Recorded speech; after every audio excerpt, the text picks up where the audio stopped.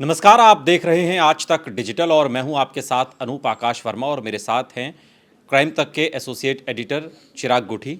और सवाल दरअसल अतीक अहमद के उन 3 शूटर्स को लेकर के है जिनकी आज प्रयागराज सीजेएम कोर्ट में चिराग पेशी हुई है। लेकिन आज हम देख रहे थे कि उनकी सुरक्षा को लेकर पुलिस काफ़ी मुस्तैद नज़र आ रही थी। एक डर ये भी था कि कहीं उस तरीके की कोई घटना ना हो जाए जैसी अतीक के साथ हो गई है। इनकी जान को लेकर कितना खतरा बना हुआ है? देखिए, खतरा तो बिल्कुल है क्योंकि जिस तरह से हमने देखा अतीक की जान को लेकर खतरा था। सुप्रीम कोर्ट में अर्जी दाखिल की गई थी, लेकिन किसी ने एंटरटेन नहीं की क्योंकि वो बदमाश है, अपराधी है। ये भी तो बदमाश अपराधी हैं। क्योंकि दुश्मनी बढ़ गई है ना। आपने अतीक को मारा है तो अतीक के भी तो गुर्गे तो जिंदा हैं और दुश्मनी तो हो गई। तो ये कितना पुलिस के लिए चुनौती है। क्योंकि देखिए, सवाल इसलिए महत्वपूर्ण है क्योंकि पुलिस हर मोर्चे पर फेल रही है उत्तर प्रदेश की। चाहे वो उमेश पाल की बात हो, चाहे वो असद को जिंदा पकड़ने की बात हो, चाहे वो अतीक अहमद को जिंदा सही सलामत उसकी जो भी जांच होनी थी उसकी बात हो, और अब इन लोगों की। तो पुलिस के सामने एक चुनौती तो है ना। अब कितनी बढ़ गई है ये? देखिए, पुलिस के सामने चुनौती से ज़्यादा उसका जो मॉरल है वो बहुत डाउन है इस समय। क्यों? क्योंकि जिस तरह से घटना हुई, पूरी तरह से इंटेलिजेंस फेलियर हुआ। हमने देखा किस तरह से गोलियां चला दी गई। ऐसे में अब 3 आरोपियों को पकड़ा गया और वो भी पकड़ा नहीं गया, उन्होंने सरेंडर किया। उसके बाद पुलिस ने, हमने वीडियो में देखा कैसे पुलिसकर्मी पीछे हटा था, मतलब वो डर गए बुरी तरह से। लेकिन फाइनली पकड़ लिया गया। अब क्या है कि अब सिक्योरिटी कंसर्न इनका भी है क्योंकि ऑब्वियसली दुश्मन है हर जगह। अतीक के कई बदमाश, उसके दोस्त हर जेलों में बैठे हैं। आप चाहे प्रयागराज ले जाओ, चाहे किसी भी जेल में, उत्तर प्रदेश की किसी भी कहीं जेल भी में चले जाओ। तो सिक्योरिटी कंसर्न तो आज यही वजह थी कि आप देखिए जब निकला उसका काफिला तो कम से कम 7-8 गाड़ियां थी पीछे मौके पर। और आज जब पेश कर रहे थे वो भी बड़े एक अजीब तरीके से मैं देख रहा था पेश कर रहे थे। चारों तरफ चलिए रोप लगा रखी थी, अच्छी बात है, और मतलब भाग रहे थे। ऐसे तो पेशी मुझे समझ नहीं आया कि ये क्या तरीका है पेशी करने का। क्योंकि यूजुअली देखा ही जाता है कि जब इस तरह की होती है तो कॉर्डन ऑफ किया जाता है। हमने देखा जो भी वीवीआईपीज भी होते हैं कॉर्डन ऑफ किया जाता है। मोदी, प्रधानमंत्री मोदी भी कई जगह जाते हैं, पूरी तरह से सुरक्षा घेरा होता है। वैसे नहीं करके बड़ी तेजी से भगा के लेकर गए। शायद ये खतरा था कि कोई ऐसा ना हो पीछे से कोई पत्थर मार दे, कुछ कर दे। क्योंकि हम देख रहे थे पुलिस साइड की तैयारी में आज आप कमी महसूस कर रहे हैं कि आज नहीं भी? कहेंगे आज, क्योंकि अब कोई इंसिडेंट तो हुआ नहीं और थोड़ा जल्दी से वो ले गए। शायद उनको ये था कि आराम से लेके जाएंगे तो फिर कुछ हो जाए, तो इससे बढ़िया है कि भगा के लेके जाओ और भगा कर लेकर आओ। तो वो उन्होंने आज ठीक है। लेकिन अब चूंकि अब एसटीएफ पूछताछ अब करेगी, आज भी 4 दिन की रिमांड इनको मिली है। अब इस पूरे मामले में अतीक के शूटर्स की तरफ से हम देखें तो क्या होने वाला है इसमें?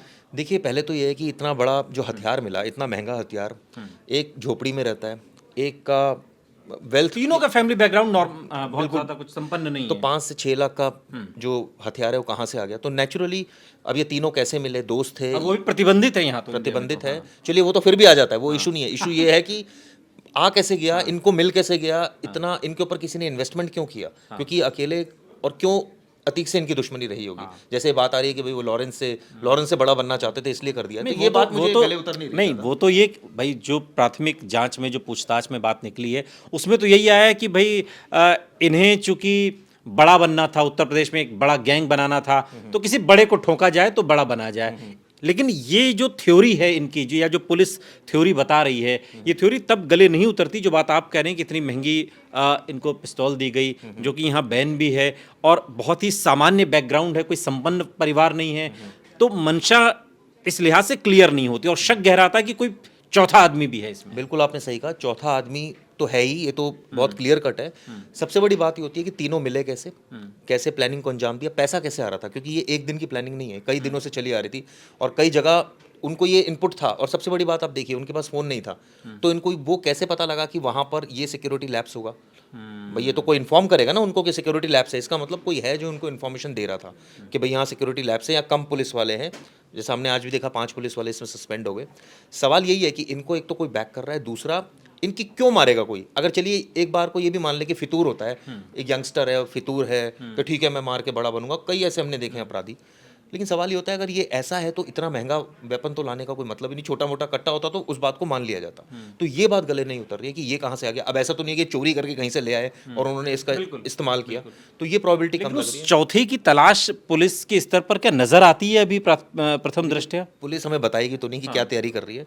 नेचुरली पहले दिन जब पकड़ा होगा, पुलिस का भी यही होता है कि फर्स्ट हैंड में यही पूछा जाए तुम किसने भेजा है, क्या है। तो ऐसा नहीं है कि इन्फॉर्मेशन तो होगी पुलिस के पास, लेकिन अभी शेयर नहीं कर रही। अब देखना ये है कि कई बार ऐसा भी होता है शेयर तब नहीं करती जब तक कुछ हो ना जाए। अगर कुछ होगा ही नहीं इसमें मान लीजिए तो फिर वो कहेगी नहीं जी ये 3 ही थे। कई बार हमने देखा कि इस तरह के केसेस में इस तरह की अच्छा, थ्योरी। एक बात उसी में चूंकि अभी हम बात भी कर रहे थे, चूंकि हर जेल में अतीक के गुर्गे, कितनी जेलों में तो वो खुद भी रहा है और एक बड़ा नेटवर्क अतीक अहमद का रहा है। जेल में इनको रखा जाता है, कस्टडी में रखा जाता है, तो वहाँ ये कितने सुरक्षित है, वहाँ कितने सेफ हैं? क्योंकि हमने तो तिहाड़ में भी देखा है, मार दिए जाते हैं लोग। सबसे ज़्यादा जो अगर अपराध कहीं होता है और सबसे ज़्यादा जो ढील दी जाती है वो जेल में दी जाती है। जो आदमी बैठकर लॉरेंस बिश्नोई जैसा जेल से इंटरव्यू कर सकता है तो आप अंदाज़ा लगा लीजिए कि जेल की क्या सिक्योरिटी हुई। जेल प्रशासन जो होता है वो सरकार के अंडर आता है। तिहाड़ जेल है दिल्ली सरकार के अंडर है। ऐसी जो बाहर की जेल होती है प्रशासन के अंडर आती है। वहाँ पर जो अधिकारी होते हैं कोई एक आध सीनियर ऑफिसर आईपीएस लेवल का होता है, बाकी सारे वहाँ के, जैसे दिल्ली की बात करें तो दानिश अधिकारी होते हैं, दानिश अधिकारी होते हैं जो सरकारी मतलब क्लर्क होते हैं, एलडीसी, वो प्रमोट होते रहते हैं। सिक्योरिटी के नाम पर जीरो है। जेलों से ही क्राइम हो रहा है क्योंकि वहां पर कोई फैसिलिटी नहीं है। वहां पर सब कुछ उनको अवेलेबल है। वहां सिर्फ पैसे का खेल है। आप पैसा फेंको और तमाशा देखो। वहां चलता, वहां अलग वर्ल्ड है वो। क्यों? क्योंकि वहां की जो बैरिक्स हैं वहां पर कैदी चला रहे होते हैं। कोई पुलिस वाला, कोई जेलर की हिम्मत ही नहीं है कि कुछ कह जाए। आप सुकेश के केस में आपने देखा 80 पुलिस वाले सस्पेंड हो गए, डीजीपी सस्पेंड हो गए। अब सोचिए सिर्फ पैसे के बल पर वो आदमी अंदर तक, जैकलिन उससे मिलने आ रही है, तमाम चीजें हो रही पूरा है। वो तो खेल जेल खेलता का रहा। तो आप मतलब कोई उम्मीद ही मत करिए कि जेल में सब कुछ हो सकता है। अच्छा, लेकिन हमने जैसा अब तो सोशल मीडिया पर बहुत सारे मीम्स बन रहे हैं सत्याकांड के बाद से, और हमने फिल्मों में देखा है। कोई वही गैंग्स ऑफ वासेपुर का ही मैं कहता हूँ, जब वो विधायक के बेटे को पीट के आता है तो जब वो अंदर जाता है तो ये कहते हुए जाता है कि कूट दिए। किसको कूट दिए? कि विधायक को, बेटे को कूट दिए। वो ये बताना चाहता है कि मैं कितना पावरफुल हूँ, मैं उससे भी बड़ा पावरफुल हूँ। अब ये अतीक अहमद को शूट करने के बाद क्या इनकी मनोदशा भी वैसी ही है, या ये जेल जाएंगे तो वहाँ उसी तरीके से इनका, जहाँ भी कस्टडी में जाएंगे, क्या ये एक तरीका होता है? मैं दरअसल इस लिहाज से समझना चाह रहा हूँ कि इतना लंबा आपका तजुर्बा जो क्राइम जर्नलिज्म का रहा है, उसमें क्या इन लोगों की मेंटेलिटी ऐसी होती है क्या? देखिए ऐसा होता है जब जेल में आप जाते हो, मर्डर केस में जाएंगे तो नेचुरली जहाँ एक्यूज हीनियस क्राइम के होते हैं वहाँ इनको रखा जाता है। कई बार सेपरेट सेल में भी रखा जाता है। इस केस में सेपरेट सेल में रखा जाएगा क्योंकि इनकी जान को थ्रेट है। अब सवाल ये होता है कि वहाँ ये कितना दबदबा बना लें। मान लीजिए आप जेल में हैं, सबको पता होता है कि ये क्रिमिनल कहाँ से आया है, कौन है, तो वो नेचुरली 2-4 लोग जाते हैं, उनसे बातचीत करने की कोशिश करते हैं या धमकाने की कई बार कोशिश करते हैं कि तुझे ये काम करना है, तुझे ये करना है। और अगर आपने उल्टा कर दिया, मतलब उसको जवाब दे दिया या उसको कूट दिया, तो फिर वो आधे कैदी डर जाते हैं। मैं जेल में गया, मैंने देखा विकास यादव या आर.के. शर्मा जो एक्यूज थे शिवानी भटनागर केस के, वो जेल में सारे कैदी आके उनको नमस्कार कर रहे हैं, सब नमस्कार कर रहे हैं। तो वहाँ धाक तो है ही क्योंकि डीपी यादव का लड़का है और वहाँ पैसे का गेम है और उनको पता है कि जी ये सब कुछ करा सकते हैं। तो ठीक ऐसा ही होता है, पैसे का, वहाँ सेटिंग का। देखिए सारी चीज़ें मैटर करती है, सिर्फ पैसा मैटर नहीं करता।